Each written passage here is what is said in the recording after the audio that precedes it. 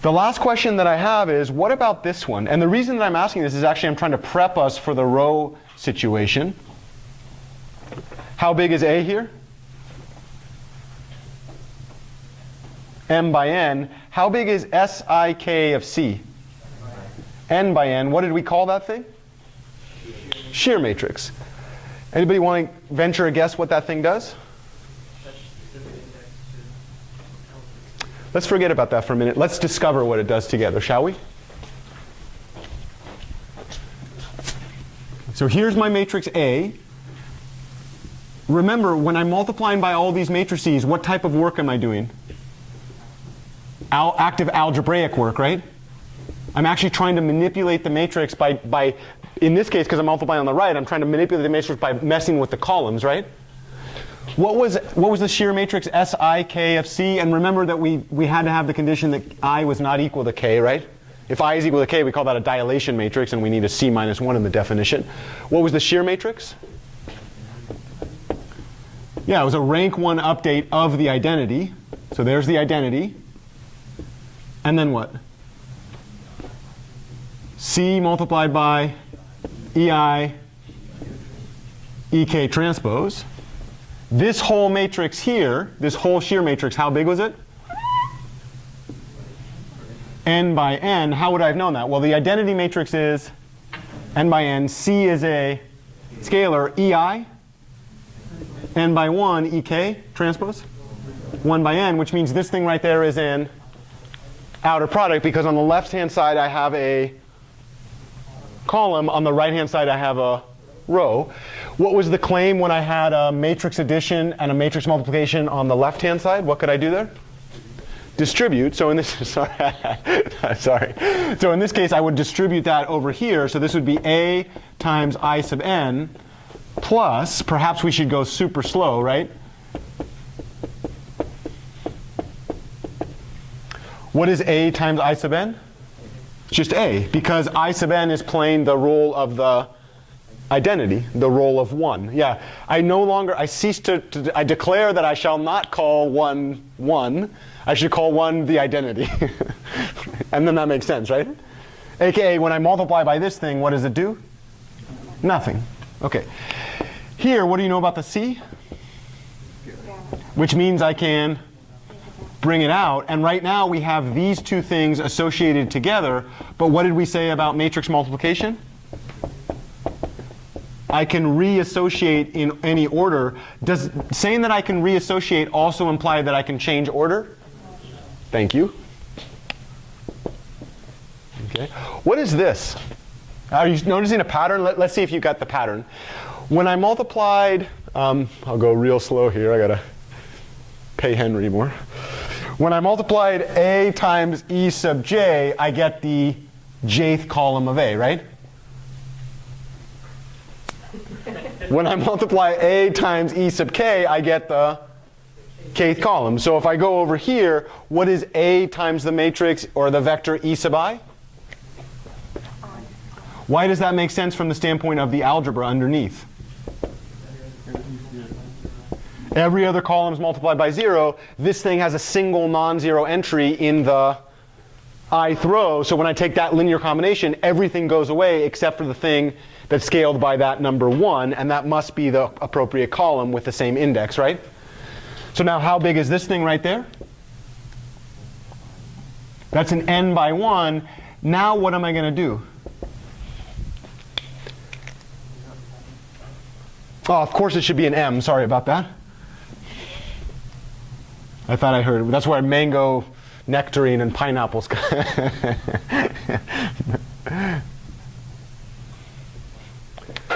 So what do I do with this particular column? This is now the ith column, and where do I place it? In the kth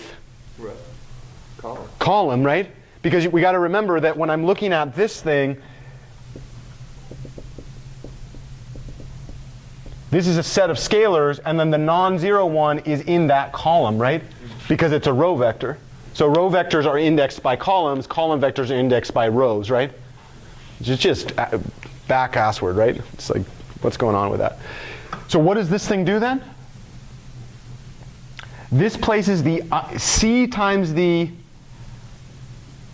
ith column in the position of the kth column, and then it adds that to A. So what am I adding? What's the only column that gets touched on A?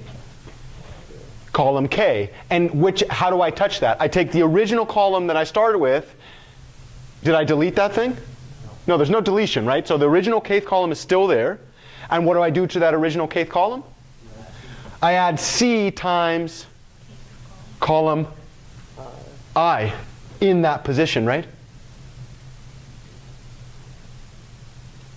What does that mean when I'm multiplying on the right by SIK of C?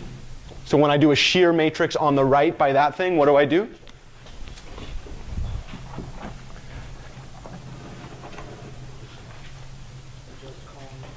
Yeah, I'm going to adjust column K, add C times column I of A to column K, and store the result of this linear combination in where? In column K. It looks like we're stuck on this one, huh? Okay, let's write it all out. Up. I sampled your thing when you were going like this. That's funny. But let's write it. Don't trust me. I'm a bum and I don't know what the hell I'm talking about until you do, right? And then you're like, oh yeah, he makes sense. Never trust a mathematician. Or better, only trust one mathematician. Do you know who that mathematician is? No, you. Don't trust me. I'm full of lies and deceit. Okay, so the whole idea here is we had SIK on the right, and then we looked at this thing as A plus C times the ith column, and then we had the stupid E sub k over there, transpose, right? So this was going to be an m by n. This thing was going to be an m by 1. This is going to be a 1 by n. So let's think about this for a second. This matrix, how would I write the column partition? There would be the first column, followed by the second column, all the way down to the kth column, and then I just keep going all the way to the end, right? So that's now my m by n. Each of those things is an m by 1 vector. This thing right here, well, we're not really sure what this is, right? Let's kind of leave that alone for a minute. What is that? What is this thing? Yeah, it's the ith column. This is now going to be a 1 by n, whose first entry is 0, second entry is 0. So this is going to be what we call the first entry. Let's call this thing right there the k minus first entry. What's the kth entry? 1. By definition, the kth entry of ek is 1, right? What's the k plus first entry? 0. So this thing is going to be the kth entry. That thing right there is going to be the k plus first entry, all the way down to what? The nth entry. Now, when I multiply this vector times this vector, when I take the column vector and I multiply it by the row vector, what do I do with the outer product?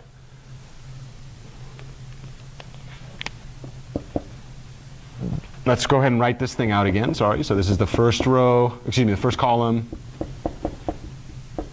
the kth column, all the way down to the